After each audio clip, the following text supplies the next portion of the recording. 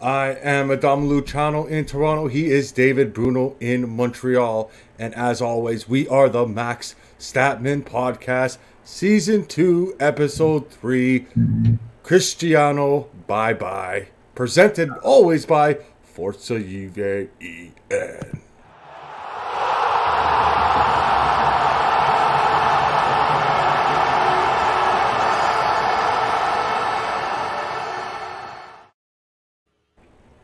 David Bruno in Montreal. What a week it has been, sir. Oh, How yeah. are you doing? I'm doing great.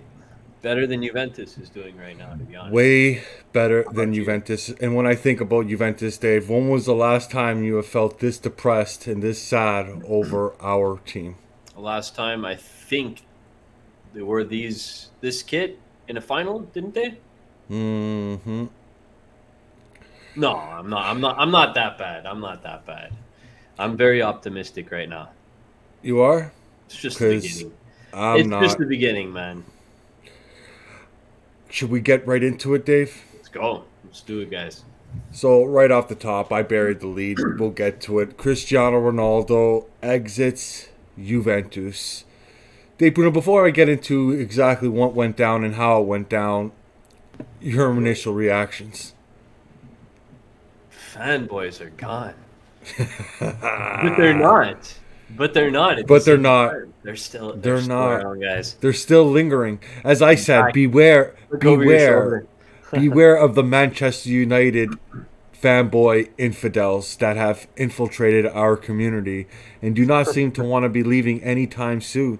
Max Statman, as an account, David Bruno, we have lost, as of right now, over 300 fanboys. We were at 13,700, and in the last 3 days of the or 4 days of the Cristiano Ronaldo departure, we went down 300 to 13,400 followers.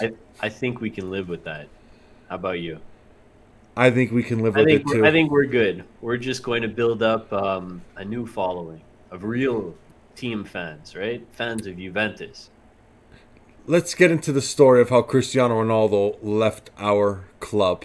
Yeah.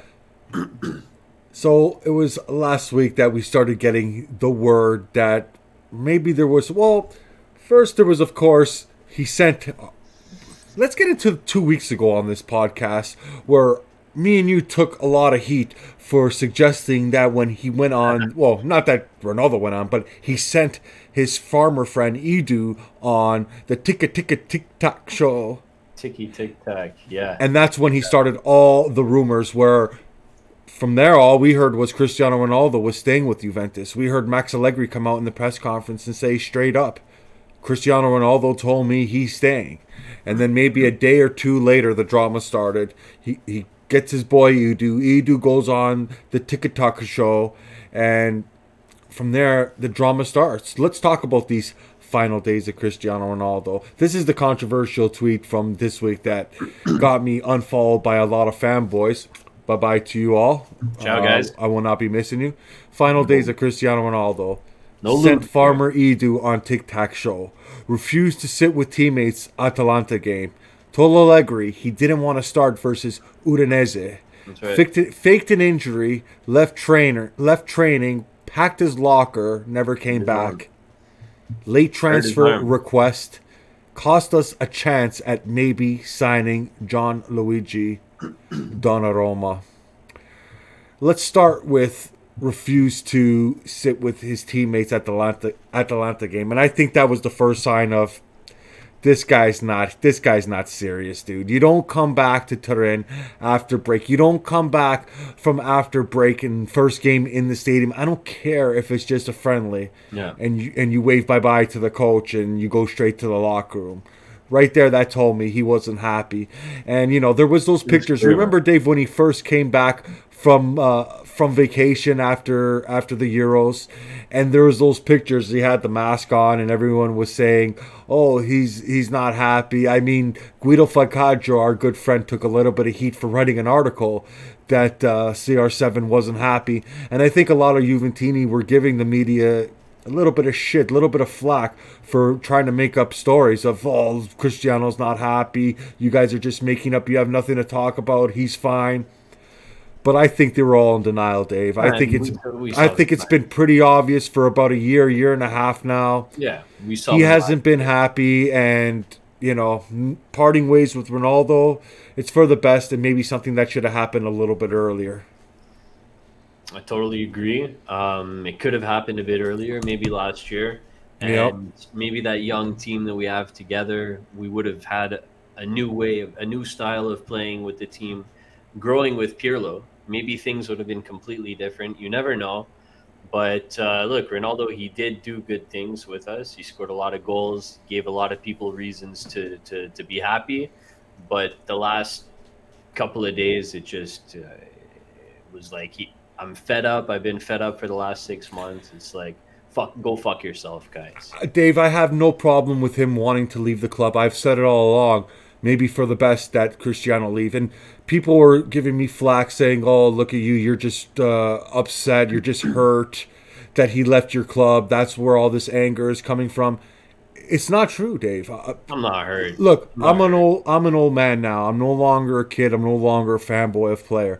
Players come, players go. Nothing lasts forever. For example, setting this background right now, Dave, this is the last time we're ever going to be recording in this house.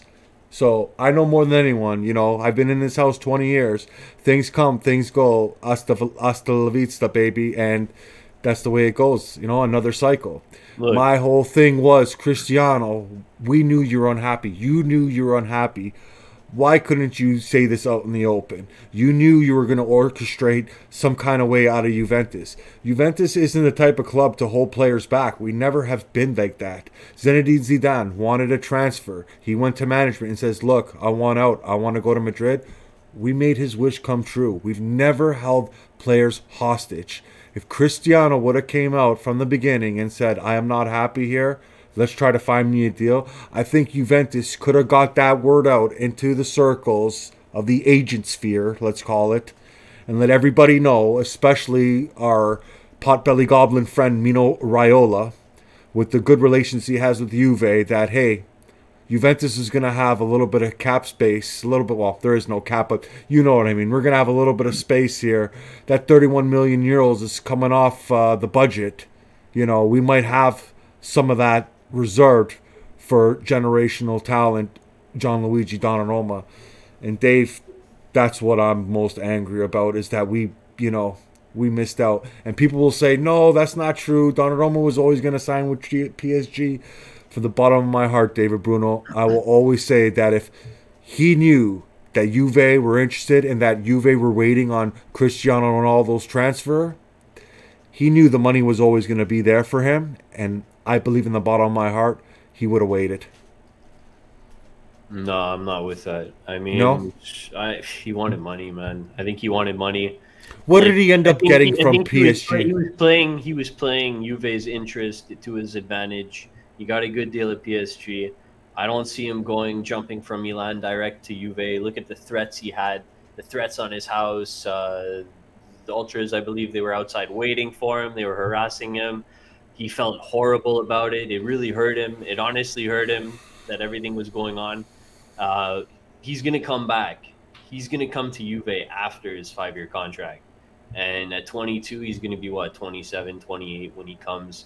And that's it. That's how we get him, Donnarumma, in the future. I don't think Ronaldo completely costed Donnarumma, but I think maybe Ronaldo's wages could have been spread across the board. Finally gotten someone on the left side. Maybe gotten, I don't know, another center back. Had we sold Demiral, change, obviously touched up the midfield and put some secure pieces in place to be strong. Where we really are extremely weak. I don't see Ronaldo costing Donnarumma at all. No. One thing that I'm not upset about, Dave, is the fact that he ended up at Manchester United. I think that if he ended up at any other club, I would be a little bit bitter just for the fact of it happened so late in the window. He was going to go over to Manchester City, it appeared.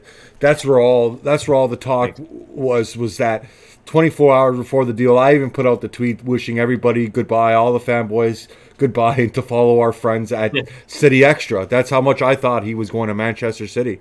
But in North America, before I could even wake up, I get up to go to the washroom early in the morning, and right there, our boy Max tweets out on Max Statman account that the deal is done. Manchester United make a late bid, a late pitch effort, and they get it done. Cristiano Ronaldo to Manchester United. Dave, I know you're not just a fan of football, of Juventus. You're also, like me, a huge fan of football and a huge fan of Don't try EPL. to compare my love for Juventus to Manchester United. Not gonna compare that at all. A little bit, and when it comes to England, that's it. Yeah. I don't want. But as a lover of football, as a lover of watching the English Premier League, as I am, I love waking up Saturday. I love waking up Saturday mornings and putting it on EPL games. I love putting it on Sunday mornings, put on EPL games. So, as a lover of the game, what do you think this means for Manchester United? How excited? It's awesome. It's a great story. How excited should fans be of Manchester United? What type of player are they getting with Ronaldo? They're getting a goal scorer. They're getting a finisher. But they're getting a guy who, look at all the individual records he set at Juventus. I mean, 101 goals in 3 seasons. And he gave his 100% most of the time, even 110% sometimes. Sometimes he lagged. But he always tries to achieve that one thing, score a goal. Score a goal or two. That's what he needs. And if he doesn't get that in a game, look how pissed off he gets. And that's when he starts acting like a baby and throwing his armband and doing this and doing that. So that's the kind of player they're getting. They're getting a legend. Just his skills are just over the top of this world. Rashford was a kid when Ronaldo left. Rashford looked up to Ronaldo. Ronaldo's coming back to Manchester United. Old players helped in that transfer. Ever was talking to him. Ferdinand was talking to him. Fergie ended up speaking to him. Ferguson. So I mean, it was a really orchestrated with a lot of key components and key people in that. But it's better than City. And I said it on the last podcast. Nah, man, you can't go to City. If you're gonna go back to England, you got to go back to at least United, because that would be him dumping Juve and going to Merda.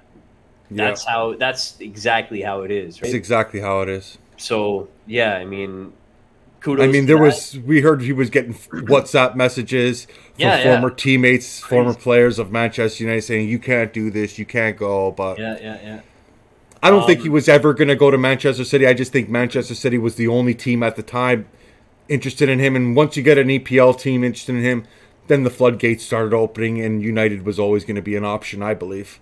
That's right. And so look, he won a lot of games.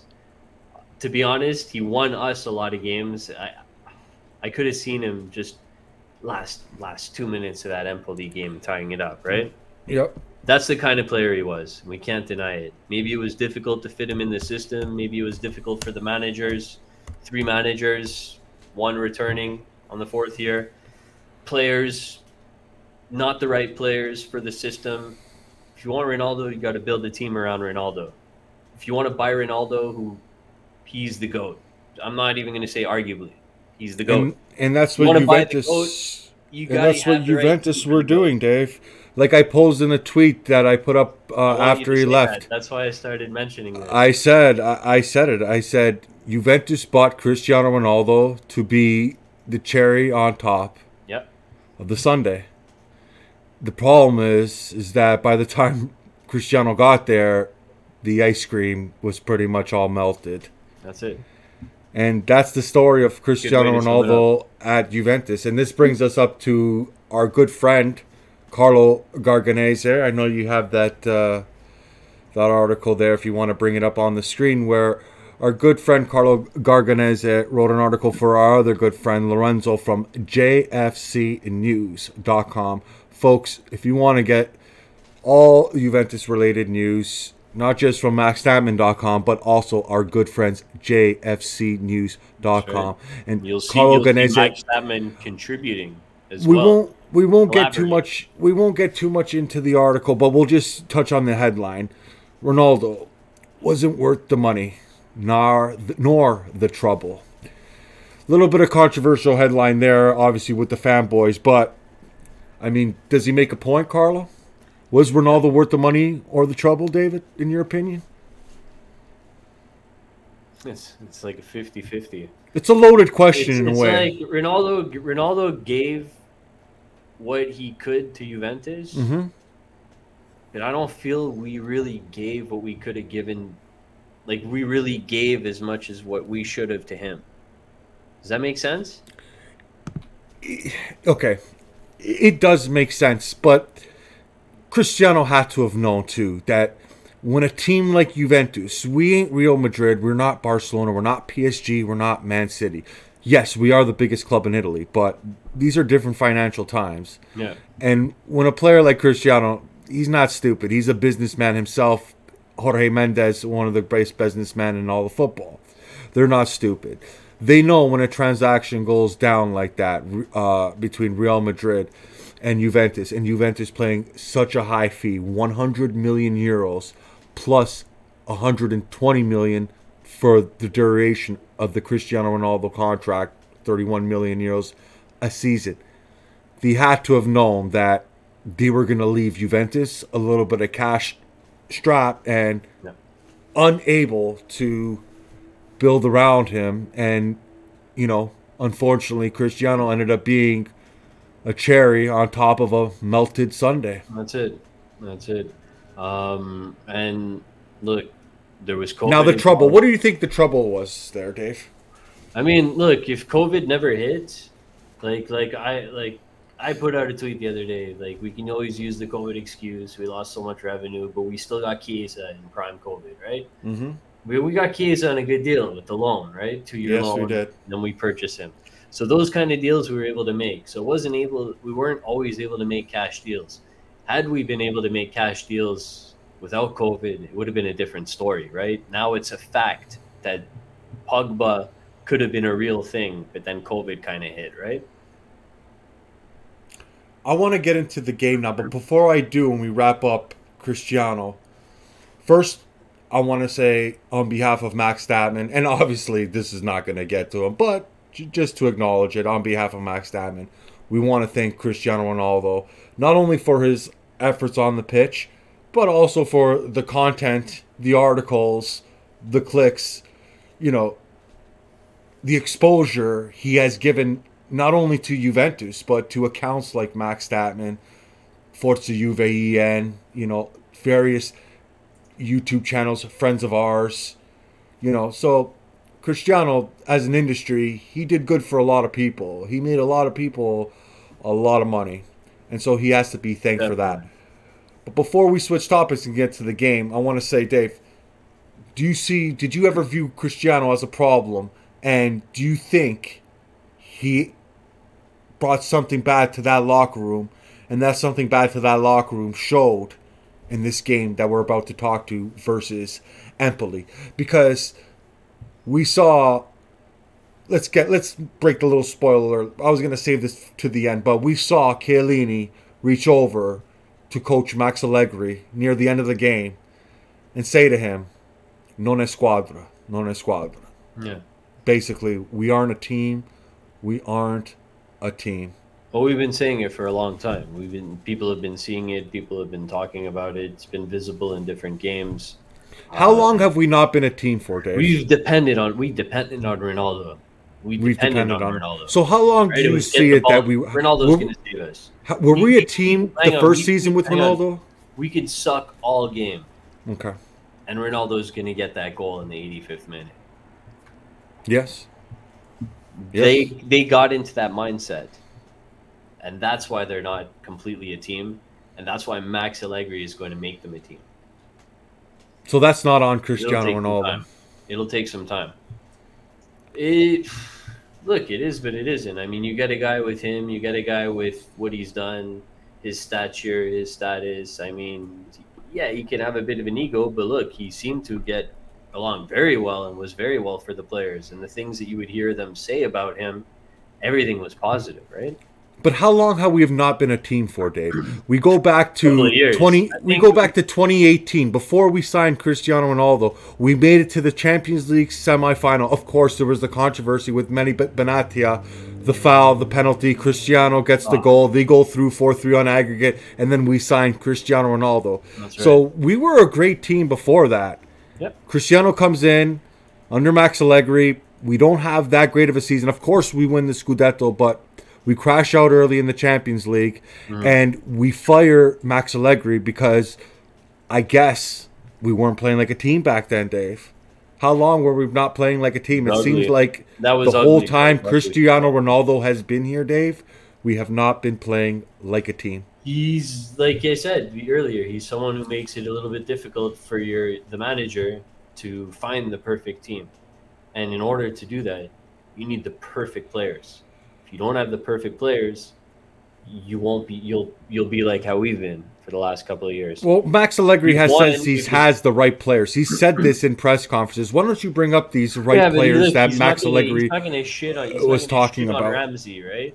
Yes. When he knows that Ramsey isn't leaving and he's stuck with him all year, he's gonna want him with his confidence at as high as possible. Can you right? bring up the lineup? So he's not gonna shit on someone like that, right? Let's look at these perfect players that Max Allegri was talking about in his press conference. It's the starting lineup versus Empoli. And it was, again, Dave, another shocker as we saw. I don't even know what the formation was, to be honest. Ronaldo out, McKinney in. I mean, where do we go, Dave? Weston McKennie playing forward. I mean, the guy was barely a midfielder, and now you're putting him in as a forward. I guess he was serious when he says he wanted to see 10 goals from Weston McKennie this year, Yeah. and no way better opportunity to get goals than to play forward. But, we're getting the reports that, maybe Allegri doesn't fancy Weston McKennie. Maybe he's not the guy. Maybe he's going to go back to the Premier League, either on loan or permanent buy. Yeah. Maybe this was his way of getting a look at what he got before that deal goes through. I don't know. That's right. I mean, take a look at him. This is where he played. So he basically played a little bit on the left, forward, a little bit in the middle on the right, and that's about it. He was running around like a chicken with no head. Like, honestly, if these offers were serious, I mean, now the Mercado is basically shut. It shuts tomorrow. Yep. Who knows? We- So I think he's staying. But if those offers were serious, that could have been his last 45 minutes, right? Could have been. Paulo Dybala, what did you think of his game, Dave? Dybala didn't look good. He didn't look good out there. What didn't you like about Paulo Dybala's game? Because I think I kind of disagree with you. Of Like, course, he it had wasn't a moments. spectacular performance, but I think there were reasons. He had moments, some flashes, some dribbles, some getting into spaces. I think he attempted a couple of shots. See here, off target. That's it. On target, 2 shots. I didn't see him doing much, man. He didn't seem like that player like in the Udinese game, right? No, but it didn't seem. Dybala. I thought, right? It didn't seem wasn't like like that at it all. didn't seem like he had the same amount of support in that game either, Dave. I mean, every time he was trying to link up with Weston McKennie was either looking the other way, cutting the wrong direction. Didn't look like they were, and that should be expected. I mean, what do you expect? Weston McKennie has never played that position, and you're putting him in that situation. You're putting a young man in that situation. I got to blame Max Allegri. I got to think Max Allegri did this. I'm not, maybe saying it on purpose makes it as a harsh word towards Max, but what I'm trying to say is I think Max Allegri truly wants to see what he's got. I put out a tweet and I said that, Max Allegri has inherited a bit of a mess of a team here, and I think he's truly trying to see what he's got, because in the next year leading up to next season's Mercato, when we have a budget, Juventus are going to try to move out as many players as they can that they do no longer want, and we're going to fill those holes with young talent. And, I identified those players as the core of Juventus with Federico Chiesa, Manuel Locatelli, man we just signed today or yesterday, Moise Kean, Mateus de Ligt, another one. I thought for a while Dejan Kulusevski, but we even got rumors about him possibly heading out of Juventus in the last days of the Mercato, or the last hours of the Mercato. So who knows what's going on? I have no idea which direction this team is going, but for the sake of everything, Dave, I hope Max Allegri can at least get us to a top 4. I think success is top 4 and then building for next season. We got a budget. I'm hoping we do a miniature Chelsea job. I'm optimistic, man. I think that it's just 2 games. We've lost 2 games before. We still won a Scudetto. And a lot of people are pointing that out. I'm still good. Max is going to get this team. Yes. He's going to tighten up the ropes around these guys. Now, I just want to point out one thing. So look at this, Dybala. He lost possession 21 times. In that game. 21 times in that game. But Dave, I'm gonna look. I'm not trying to be a fanboy here, but I'm gonna come to the defense of Paulo Dybala. I'm gonna come to the defense of Paulo Dybala. I saw him a lot of times where he was transitioning with the ball. I saw him trying to make passes to guys that he had no idea that these passes were even coming. There was There was no connection there, Dave. McKennie a couple of times, and Dybala was extremely frustrated, rightfully. Yep. And the only bright spot in this game for me was, of course, Federico Chiesa. That's right. Every time he touches and that's the one thing I forgot to mention is that without Cristiano Ronaldo now, I think you're going to see Federico Chiesa, where he wasn't so shy either. To when Ronaldo was there, he wasn't afraid to take the ball on his own and go towards the net and make something happen. But now with Ronaldo gone and space is a little bit opening up for Federico Chiesa, I think Chiesa's really going to show his quality. That's right. And I think in this season, the next 2 seasons, Chiesa will show his quality that he showed at Euros, and he will solidify himself as not only the best player in Serie A, but top 5 in all of Europe. He will. Chiesa, he's amazing. He hasn't hit his prime yet. You could see he plays all over the place. He tries to get in as many dangerous areas as he can. He had 3 shots on target. He had 3 dribbles out of 4 successful. He should have had and you say 3 shots on target.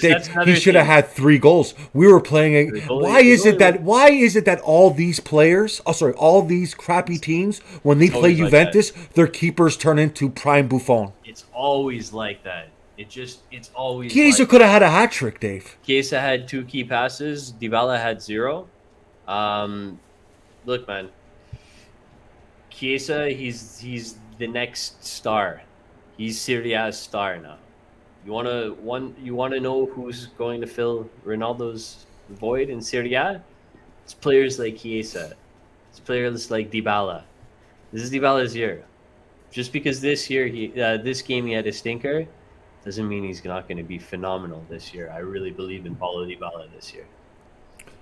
Another huge talking point from this game was what the hell took Locatelli so long to be introduced. Max Allegri said pre-game that the reason why Locatelli wasn't starting was because he had been introduced to the team late. He maybe wasn't as fit. To me, they're all excuses, Dave. We had Robbie. He has been training ever since he returned. You know, Sassuolo, he was there. He played friendlies. He came with Juventus. There was a couple of transitional days, but he got back into training right away. He's been training now. It's been a week or 2 with the squad. You look, he started Adrian Rabiot. Rabiot just coming off from injury. Right. Rabiot entered. It was such a shock for me, Dave, that I didn't even know Rabiot was back for injury until I saw him the day before announced on the not on the starting lineup, but in the team roster for the game, that he got called up for the game. That's when I was like, oh, Rabiot got called up. He's back from injury. Right.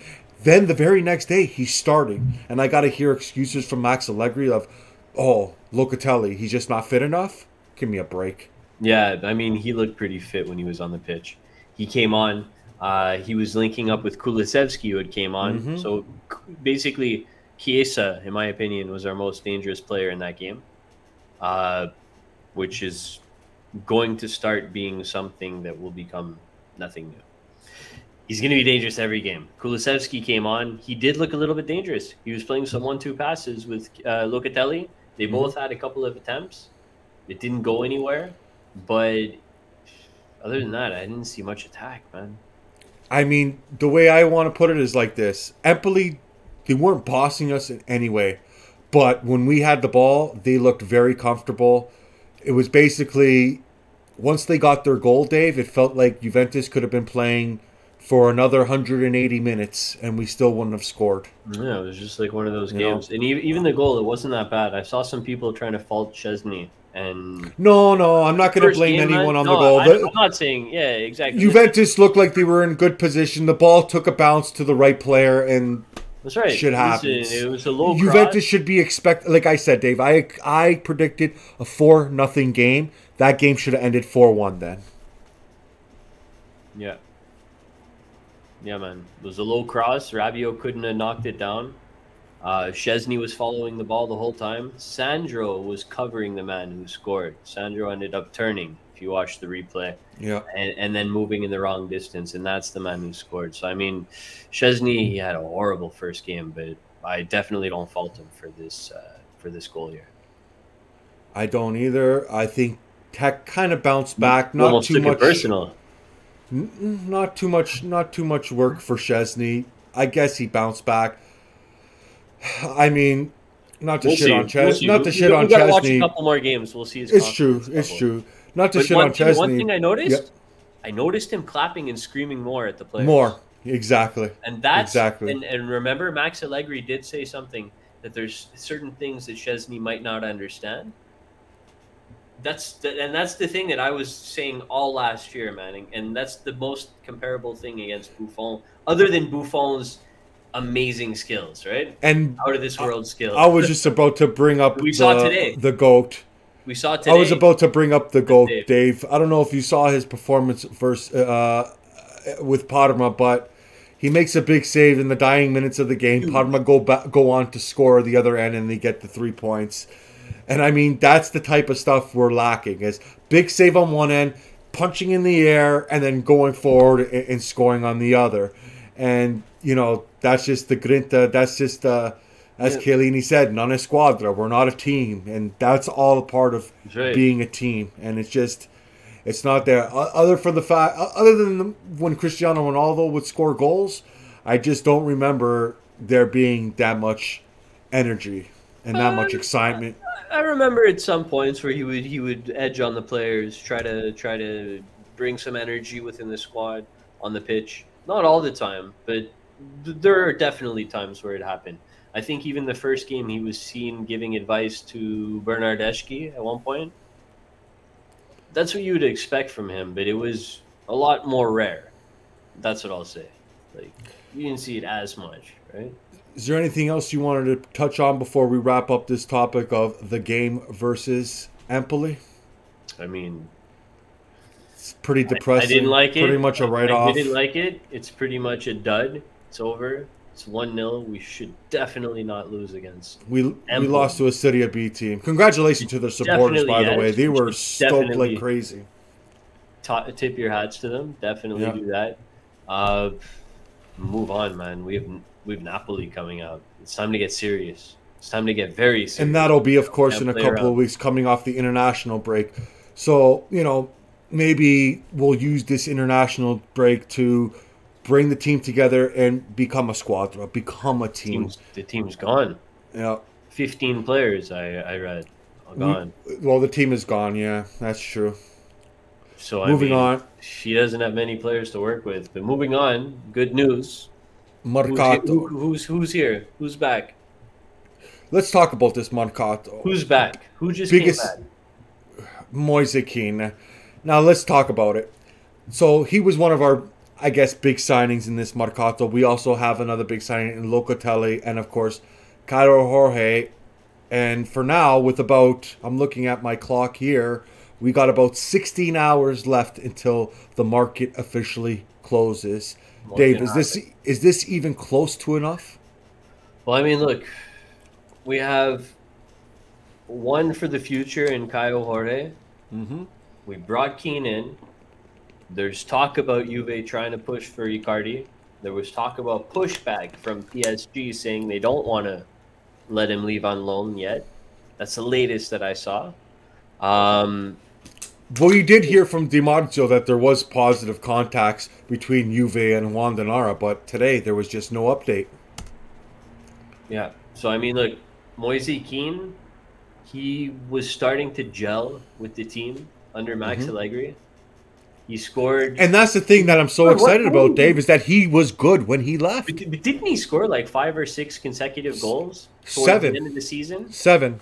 7. I believe he scored 7 in a row. Right? Or yeah, including, 7. Including a Champions League, I believe. No, I don't believe it was Champions League. I think it was Serie A and Coppa Italia. Coppa? Okay. Yeah. Yeah, we're thinking back, guys. But look, Moise Kean. This is 3 years ago. He had 13 goals last year in 26 appearances in League One. Dave, he's been great except for his first year at Everton, where management and I don't know why they brought him in, and the coach didn't fancy him at all. Ever since then, whatever time he was given, he was been phenomenal. Yeah, that's it. He was competing with Richarlison, and now they have Calvert-Lewin now. So that's it, man. You're not going to get ahead of those two guys. But look, he's got 13 goals last year. He also had 3 goals in the Champions League last year and an assist in 9 games. That's really good. We know he's a young guy. We know he's a Juventini. Yes, one of our boys. He came from our system. Absolutely. And he is back. We still owe his father 2 tractors, by the way. Yeah, I remember that story. But he is back, and he is under the same coach that he was starting to really develop under. And I think that's good news. I'm happy about that. Locatelli, do we really need to share our opinions about Locatelli? We've spoke about him so many times. We are so excited for this player. We've made no secrets that we think he's the best midfielder in Serie A. He can play box to box. He can go and get into attacking areas. He can be a regista. Look, the guy, his cap of potential is up here as well. He's only 23 years old. I can't wait to see him on the pitch. That's it. I just want to see him start a game. Adam, Locatelli, man. What do you think? I'm excited. I think that once we get Arthur Mel, and this is what we were talking about last week, Dave. That you know what I think the goal is top 4, and if we're gonna go for a trophy this year, I think let's take a shot at the Champions League. Let's use this time to get everybody adjusted, make a team, build towards February to the knockout stages, and we take it one matchup at a time. And of course, in the Champions League this year, our arch nemesis, the away goals rule, is no longer there. That's true. Yes, that is almost true. Forgot about that. So maybe, just maybe, that with that away goal rule not being there anymore, we set up our defense, and this is how I saw it, with Chiellini, De Ligt, Danilo, Cuadrado, Arthur Melo, Locatelli, bring up another player, maybe a Weston McKennie, maybe a Bentancur, maybe a Bernardeschi, maybe even an Adrian Rabiot. 4-3-3 up front, Chiesa, Dybala, and then on the left side, another player. I'm not too sure yet if we're going to go with Moise Kean or with Morata. What do you think of my lineup for Champions League? 4-3-3. I think Allegri is going to go with the striker who's most productive. We want goals. Whoever's putting out the most at that time. Whoever's in the most form at that time, that's the person who goes. That's the person who's starting. Allegri's like that. He has favorites like De Sciglio, who will always get some minutes, but he always goes with who's playing best or listening best to his tactics, right? And when it comes to Champions League, our group stage, we all know Chelsea, Juve, Malmo, and Zenit. I believe we're getting through it. I believe we could even beat the previous Champions League winners, Chelsea, and win the group. But we're going to have to be very tight on defense and in the midfield. Beating Chelsea, the defending Champions League winners, and taking that group, that would be a bigger accomplishment than obviously winning the group last year on the final match day against Barcelona. I don't know with the addition of Romelu Lukaku if that is possible, but I think for sure we get through in that group. There's no way that I don't care how bad our squad is, we are not going to lose out to Malmo and Zenit. Nah, that's it. We don't want to literally discount them, They are teams. It's Yeah. fair competition, but we're gonna discount them, right? Yeah. I hope Yeah. that doesn't come back and bite us in the ass, guys. Do I But sound crazy though, Dave, when I say that I think if Juventus are going to win one trophy this year, it's the going to be Champions the League, Champions League? I was And thinking that and before. not that I think that our team is that good to win the Champions League. I just think that the way the competition is set up, that we will peak at that right time. Where in order to win the Scudetto, you have to be peaking, you have to be playing consistent the whole year. But we know Allegri. His last couple of years, he was peaking around this end of December, January, February. Remember those years? Mm-hmm. I was thinking Allegri's back, Champions League with Ronaldo. That's what I was thinking. Locatelli, Ronaldo, whatever. Now the story changes. I still think we have a shot at everything, but Champions League is going to be a bit harder without a player like Ronaldo. And we don't have a player who's replacing him. Because for me, Kean isn't a replacement of Ronaldo. Kean's an addition of a striker. He can play wing. He can play wing, but he's not. I disagree, Dave. And the only reason why I disagree is because over the years, Max Allegri has proven to be a good tactician in the UEFA Champions League. That's true. And I think with whatever group you give him, I think by the time February comes around and you reach the knockout stages, Max will have something figured out. And without the away goal rule, you never know. It's a big help. You never know. We'll have to wait and see, guys. Yep. No choice. Because without the away goal rule, that means it plays right into Max Allegri's hands. And what is Max Allegri known for? Not necessarily winning games, but not losing them. Controlling them. Trying to control them. Exactly. Right? Or if we don't have the ball, it's okay because it's not dangerous. That's right. And when we get the ball, we do everything we can to score a goal. And if there's not that away goal rule, I'm telling you, Dave, in the Cristiano Ronaldo era, maybe we do make a final. Hey man, he's already brought us there a couple of times. Yep. Right? All right, David Bruno, I think we've talked about just about everything. I mean, it is really late here. It is actually 1 o'clock in the morning where me and David are recording from here on the east coast of Canada. Of course, we have, Mercato coming to an end. So if you want to get all your updates, I would say head on and look at Max Statman right now. Yeah. Max will be working the account.